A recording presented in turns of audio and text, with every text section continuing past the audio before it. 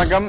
ஜெயம் cars வாடிக்கையாளர் அனைவரும் இன்னைக்கு நம்ம என்ன அப்டேட் பண்றோம்னு பாத்தீங்கன்னா 2014 போக்ஸ்வேகன் போலோ. இது வந்து பாத்தீங்கன்னா போலோல பாத்தீங்கன்னா யூஸ்வலா 1.2 3 சிலிண்டர் இன்ஜின் தான் அதிகமா இருக்கும்.